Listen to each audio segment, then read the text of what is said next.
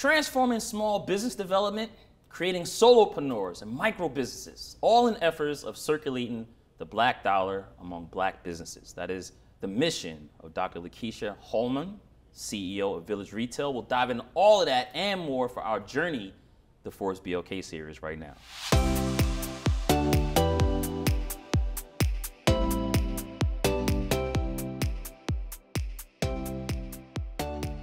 And we are here with Dr. Hallmon, Dr. Key. I'm gonna call you Dr. Key throughout this whole interview here in Atlanta at the Village Retail. Thank you so much for inviting us into your space. This store is wonderful. Thank you, and thank you for having me. Y'all are always welcome to come back. Yeah, absolutely. Yeah. But I'm excited for this conversation today. Listen, when I leave, I'm gonna have to buy a whole bunch of stuff in here too. So when I come back, I might be broke, right? So don't be broke, but buy a lot of things. Buy a lot of stuff. Okay. So how's your 2024 been? What's going on with the business before we dive into all of that stuff? Your background, so much to talk about here as we lead up to our journey to Forbes BLK series in June. How's 2024 been for you? 2024 has been busy. Yeah.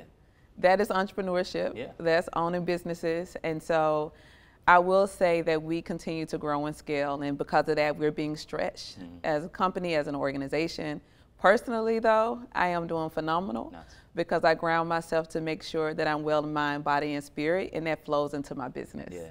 What's it like to be CEO of a retail store? And also you're the director of a nonprofit, right? If I'm not mistaken, the One Village United nonprofit. But what's it like? That's two jobs, but what's it like to be CEO? Yes, so to be the CEO of the Village Market, the Village Retail, where we are today, and be the founder and executive director for our Village United, the nonprofit arm, number one, it feels like an honor. I am deeply grateful to be able to have a vision and a team to get behind the vision that I have in mind. But all with the gratefulness and all of that, it also requires a challenge. Every single day, I am positioned to have to answer and solve big problems. Yeah. Some days are slower than others, but one day I can wake up with an email of a litany of things that I need to address. And the next day, there'll be a litany of things that I need to celebrate. Yeah. And I think that's how entrepreneurship feels. Yeah. It's the highs and lows. And so why the work is made possible for me is because I have a really great team. And as a leader, I really believe in servant leadership, working side by side with my team, enabling them to push the mission forward. Yeah. So take me inside, right, of Village Retail. I mean, I'm looking around and I see greatness in these stores, right? Me and you were talking off camera and I was trying to find the next entrepreneur that I want to talk to, right? And thank you for your help. We identified one. But I'm looking around and I'm just seeing so much stuff. I can't buy it all, not today. But I feel like I'm in a black mega mall, right? And all of these products are black owned. Take me inside of the Village Retail and explain for those people who may not know, and I want them to come to these doors and buy it, but what's going on here? So before there was a retail store, before I knew anything about retail, I launched the Village Market in 2016. And my vision behind the Village Market was to create quarterly nighttime marketplaces to center black entrepreneurship, to galvanize the community, to circulate the dollar. And so these some sexy events. People came out and spent loads of money, and we began to attract entrepreneurs from all over America. Wow. And so originally we began with 25 businesses. And in 2019, we had up to 150 coming from 26 different states. And so that was phenomenal. And what happened to me happened to hundreds of entrepreneurs across the country and globally. The pandemic happened in the spring of 2020. Yeah. And so that shuttered my business model of the Village Market. Not shuttered, paused it, and it allowed me to pivot. As I had those months to envision what would be my place in the world after this pandemic, I had the vision of building the Village Retail where we are today. And so I got an opportunity to pivot, and that's the testament of entrepreneurship. And I'm a former basketball player. So the pivot can really get you to the basket. Yeah. And so I had an opportunity then to figure out, I'm working with all these entrepreneurs. When the world opened up, do I want to continue in a quarterly marketplace, or do I want to open something that is open every single day, where I can have placement and give entrepreneurs their very, very first time in retail to help them grow and scale and to welcome shoppers from all over the world. Yeah. So Jabari, with little experience, I began to dream of the Village Retail. And I reached out to entrepreneurs whom I work with the Village Market. And I said, I need you to trust me. I know now it doesn't look like the world is going to open back up, but the world is going to open back up. And when the world opens up, there will be a Village Retail and your products will be on the shelves. And so that is what we're in today, looking at over 35 different brands. Many of them dreamed of one day being in Ponce City Market. But to be in the second highest foot traffic place in Atlanta is a burden financially. Yeah. But if you go after it like a village, we can do this not just as a single company, but representing many different companies. Yeah. So the reason why people should come here is because we're all things excellent. Yeah. You can get things, you can get candles from hair products, body products, but most importantly, you get to be a part of somebody's dream. Yeah. You get to give some of the finest products from some of the finest founders in the country right here in Atlanta. So yes, people need to come here, people need to spend their money here, but this is a testament of an incredible pivot, and we continue to grow. Did you have to gain their trust? Like, did you have to sell them? I mean, I know the village market was working, right? But again, you're in the middle of a pandemic. Everybody is scrambling, right? And then we're in this era where everybody can just go directly to consumer, e-commerce as well. Did you have to gain their trust to get their products in?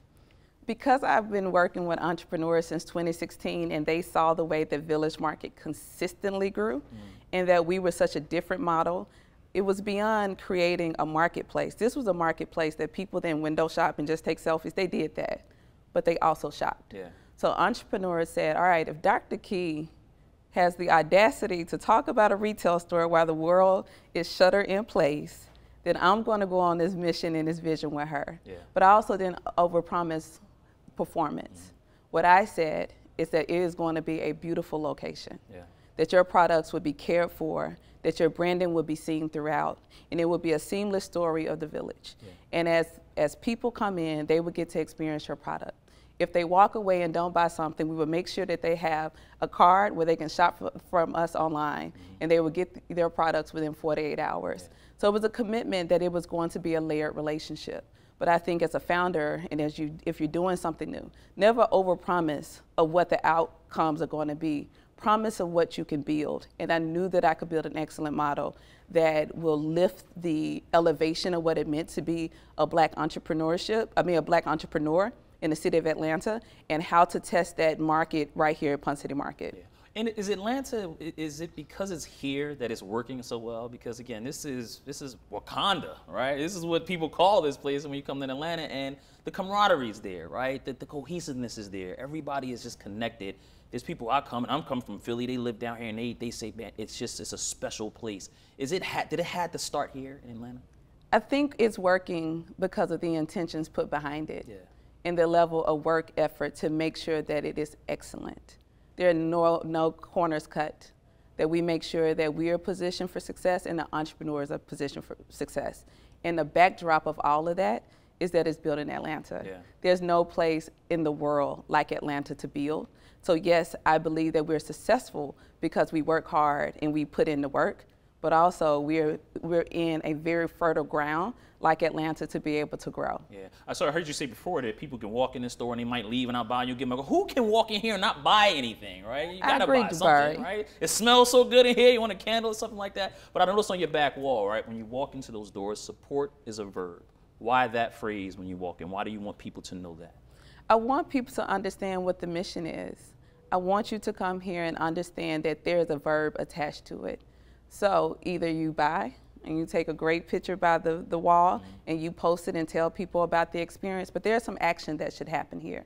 Action in buying a product, bringing somebody in with you, leaving us a great review. Y'all check out our reviews, 4.9, we're trying to get to 5, but we're doing extremely well. But beyond a retail space, I center Black entrepreneurship. This is one of the verticals that we have.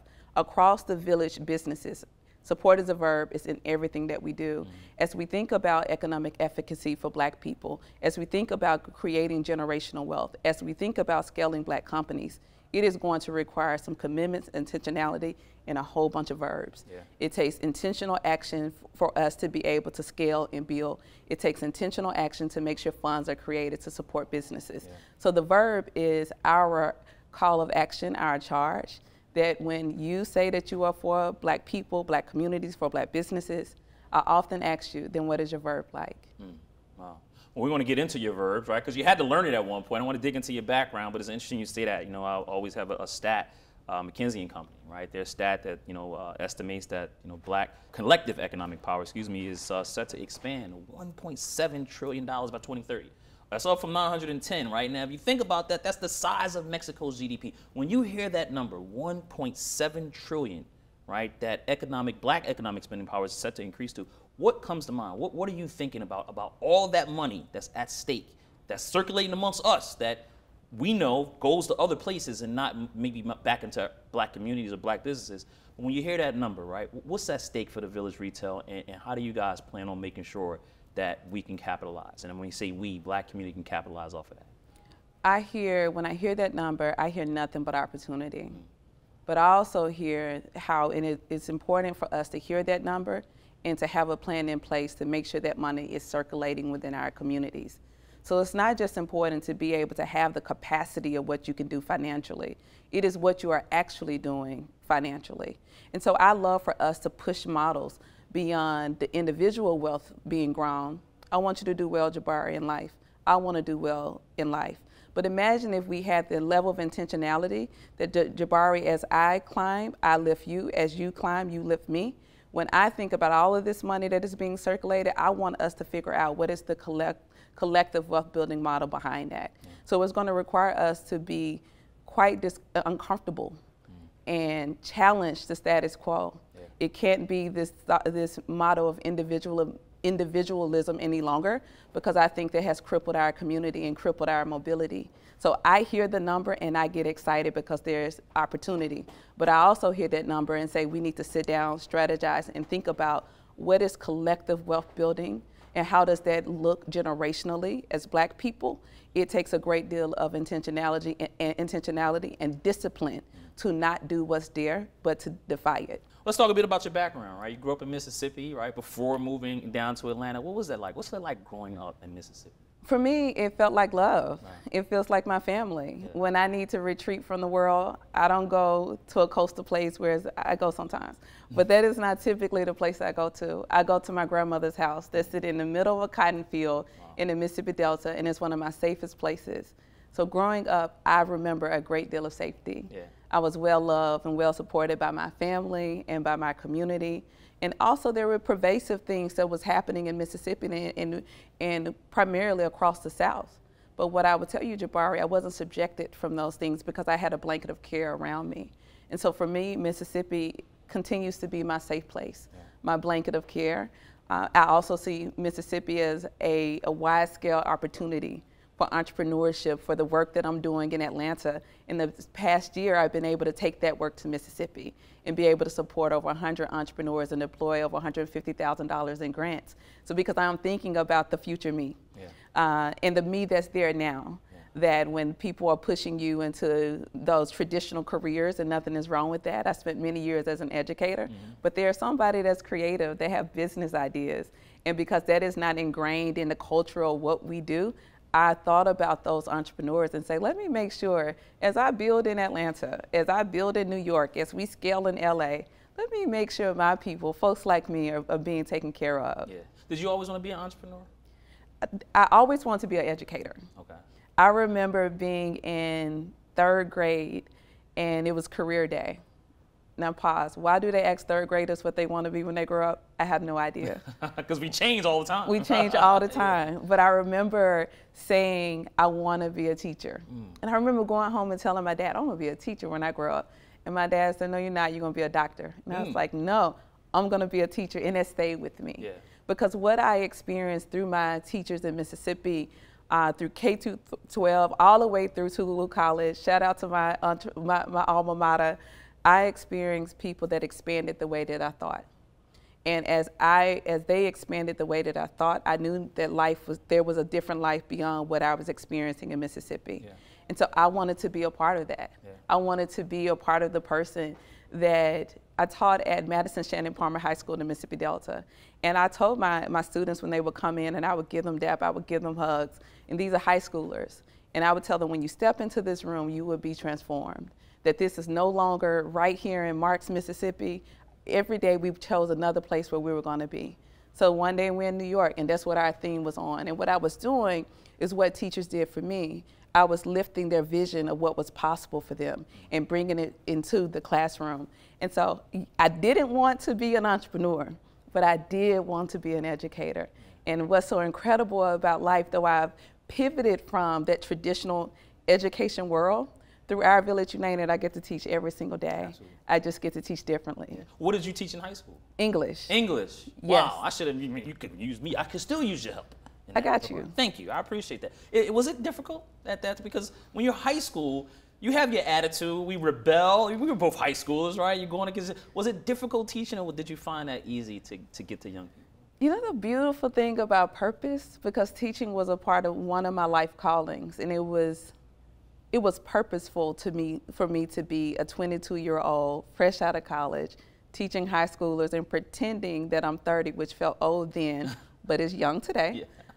But I was pretending that I was 30, because many of them were 17 and 18 years old. Mm-hmm. And so it wasn't, if anything was difficult, it was difficult that, just trying to appear to be older.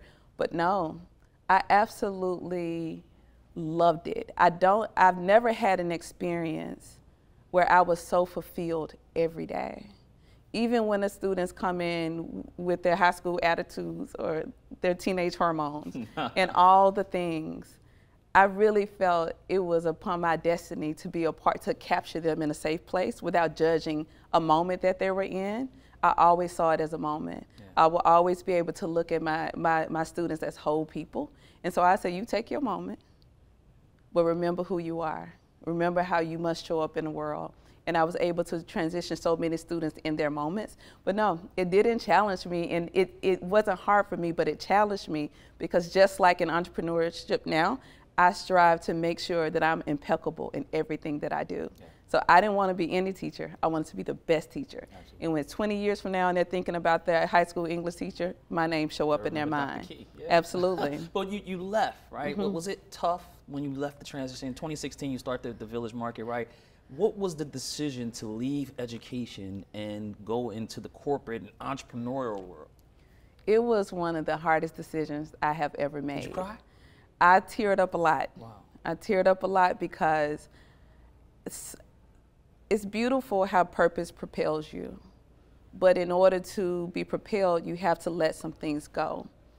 I was so afraid, Jabari, of the financial security. I was also afraid of, I know I'm good at education. What if I'm not good at this? What if I am abandoning students, and I know that I am one of the many intentional teachers that deeply care about their whole educational experience and their trajectory? Am I leaving? Am I leaving an industry that continues to need people who are dedicated? And so I had to grapple with those decisions. But as I was making that decision, and it was a slow progression over time, I had to figure out, could I still be of service? And so what I asked for, and I was writing my little vision and making it plain, what I asked for, please let me still teach. Just allow my classroom to expand.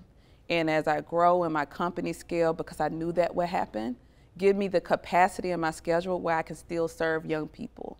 And what's so beautiful about life and how it's set up, tomorrow, this retail store will be filled with high schoolers.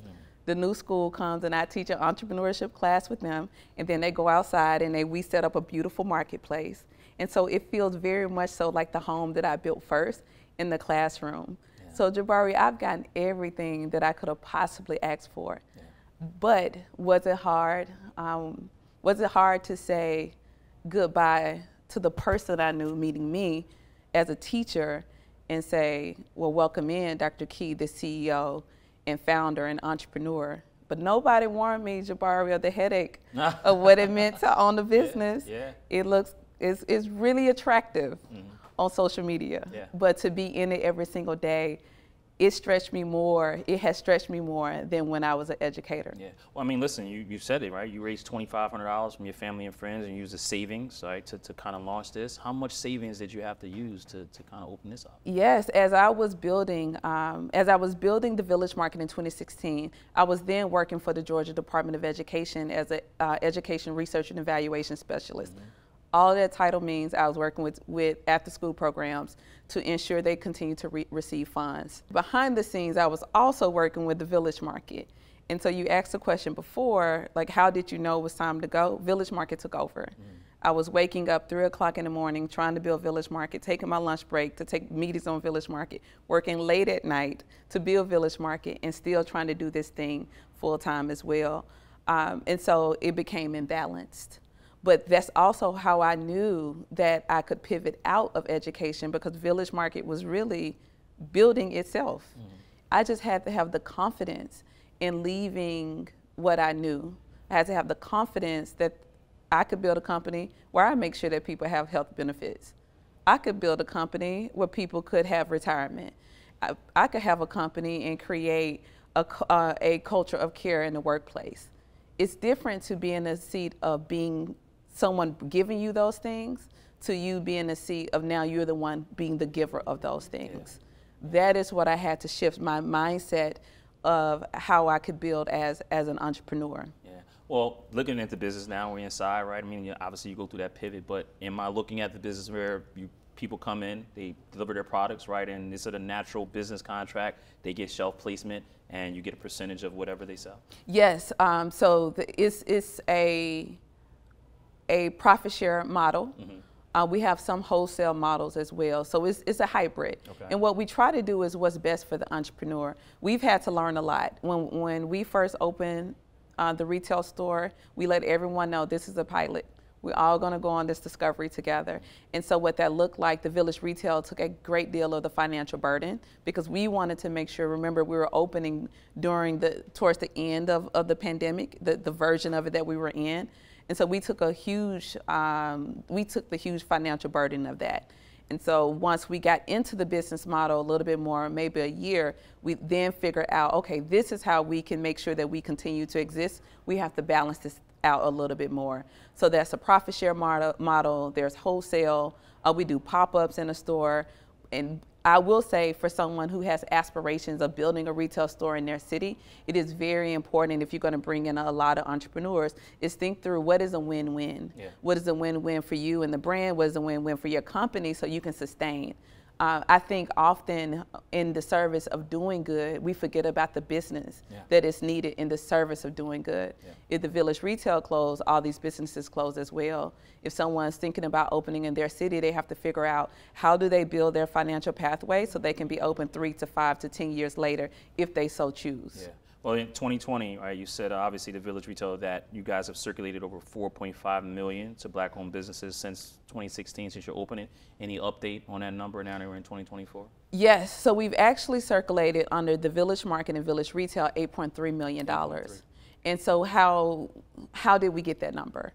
In our Village Market marketplaces, we would keep up with the amount of sales that were circulated during those events. In the Village Retail, same thing. We're looking at our year-end sales, and we've gotten that aggregate number of how we're circulating the dollar within the community and what's going out. And of course, there's greater numbers the way that we hire Black contractors. So when you see this beautiful design, this was designed by a Black woman. If you look at the beautiful plants that's laid out, this is a plant company came from a Black company. And so we're still working on those numbers. The amount of the GC that we hired for this store, that was a young Black man. And so we are very detailed and intentional in how we spend our money. Of course, we want you, Jabari, to come in and buy a lot of candles. We'll calculate that, but we also in the Village make sure that as we're hiring and we're building concepts, that we're hiring Black. Yeah, I got to buy the beard oil though. I'm going to try to save the last hair I have left, right? Get the candles lit. You got it. What's been the biggest positive surprise about being a CEO and running the company? Biggest positive surprise? Oh, it's so many. It's so many. Personally, not a surprise, but a feeling that I have every single day.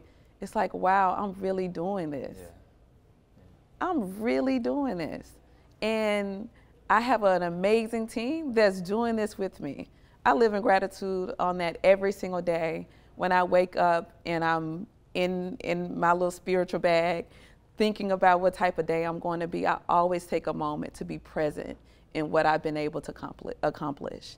And the other surprise is entrepreneurs are doing well. Yeah. When you look around this store, individual companies are doing 6 figures. That is incredible. Considering that it's a shared retail store. Yeah. That means shared space, because I am big on community wealth building, shared space works. that you can do 6 figures and a person next to you can do 6 figures. And collectively, a store can do 7 figures. So every day I am thankful. I know that the system can work, that this model can work. And seeing entrepreneurs to see them look at their sales and watch them cry because they remember when it was just them in their homes, pressing t-shirts or pouring candles or testing out scents and fragrances. They remember the beginning. They remember popping up at shows, breaking down at shows so they can go to the next city. And now they get to be in a retail store that the only thing that we require of them, Jabari, is make sure that your packaging is together, bring it here on time, and we will do the rest. Yeah. From ensuring that you are positioned correctly in the store to also making sure that customers can buy from you online.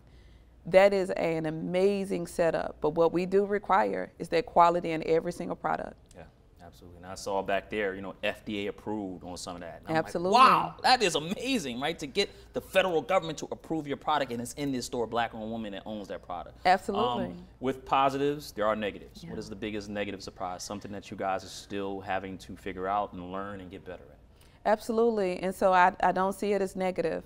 But I do think we've experienced many opportunities for growth and many hard lessons learned. What was the biggest, hardest lesson or the hardest lesson you had to learn? Absolutely. In building this retail store, I talked about in the service of doing good, you have to make sure that you can survive yourself. In our first year, we did exceptional. The businesses did exceptional, but the business did not. We were struggling every month because a greater percentage went out.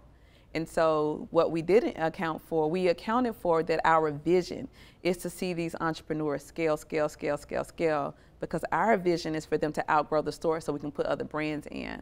And so as we're building that model and making sure that they have what they need, there were other things like overhead that we have to account for. A staff that's here 7 days a week where we're only closed 2 days out of the year, that the packaging, all the things that's required to get things shipped, all of those things and all the fees to be at Ponce City Market, we didn't account for that because the Village Market was a social and is a social enterprise. The Village Retail is a social enterprise, but I had to level up. I had to level up my mindset on what it means to be a sustainable company, do good, but have an impeccable business model so you can continue to be here. So I had some tough lessons. I had to be stretched as well as a CEO. That my heart is for every person in this store and all the people that we meet to be successful. My mentors had to say, yes, but how will they be successful if you fail? Yeah. And it was in that leadership that was deployed to me, it helped me really put my head low and think about a business model that could work. Yeah. But that was, out of all the things that I've done, Village Market, Our Village United, and trying to raise grant dollars, the retail store really grew me up as an entrepreneur. Yeah. Well, what do you tell an entrepreneur about pivoting? You've done it plenty of times in your life, from going from education to now where you're doing now, running the Village Retail CEO, and then the pandemic threw you back, right? I mean, that was all pivoting. A lot of entrepreneurs I've run into, they don't want anything to do with pivoting, right? They don't think that they have to, but they'll find out later on they may. What do you talk to them about pivoting, young entrepreneurs especially? I tell entrepreneurs to welcome pivoting. It truly only makes you better. So let's go back again. In 2019, the only company that I had was Village Market. Village Market was doing great, but because I've had to pivot due to the pandemic, that opened the Village Retail. We support all of these founders now. That opened the gateway for Our Village United, where in the last 2 years, we deployed over $700,000 in grants. Our programming is now in 25 states. But remember, let's go back. In 2019, I only had the Village Market. But that pivot opened the Village Retail. It opened me to even think about sustainability of businesses, to make sure that businesses get technical assistance, grant dollars, all pro bono services. That created my vision for Our Village United in our first program, Elevate. Without that pivot, Jabari, would those things be in existence? We can say maybe, but we can't be for sure, because the pivot is what opened me to think about all that I could do and not what the one thing that I could do. Pivoting also has positioned my astuteness as an entrepreneur. You have to go through things in your business to think of more creative ways to do things, how to tighten up your standard operating procedures, your SOPs. You need to understand your numbers. So if your numbers begin to tank, you need to understand why. You need to understand your profit margins. All of those things in a good pivot you will learn. What I've also tell entrepreneurs, the reason why the pivot is worth embracing is because you don't lose the things that you were before either. You just have an opportunity to grow and tighten and strengthen yourself even more. So I welcome a good pivot. It continues to open me. It continues to position me for greater opportunities to advance entrepreneurs and Black entrepreneurs. Without those, remember, in 2019, I only had the village market. Yeah. Macroeconomic things, right? Before we get you out of here, state of retail in 2024, right? We're midway point in the year. What are you seeing? If there's an entrepreneur out there in retail, maybe not in the village market, not yet, right? Not in the village retail, but they may be. But what are you looking at when it comes to state of retail in 2024? What's concerning you? I think it's not the state of retail that concerns me. It's the state of lease agreements that concern me. You have to have a good real estate broker. You have to have a really great attorney before you sign these lease agreements. If it's a new development and they give you 6 months of free rent, you need to understand what is the 6 months that follow. What are you signing up for that sounds so tantalizing at first? You need to know what the end deal, and if that's a triple net lease, can you really broker this expense if the sales don't come in? Yeah. And so retail, I'm confident. Consumers are going to buy, but I am cautious as new developments open up in the city of Atlanta, across America. I want to make sure that future Black retailers arm themselves with an army of efficient people, skilled people to negotiate great deals. And I believe in our community, we should position ourselves of what we have the opportunity to build and bring that community. I knew by opening at Ponce City Market was great. Ponce City Market is better because we're here. I want entrepreneurs to lead with that mentality and mindset as well. What is the value that you bring? Not just the value that what you believe that developers bring you. Absolutely. Commercial real estate right now in a very tough period, so a lot of good deals out there, but as you said, maybe be careful before signing things because those fine details in there that they can get you.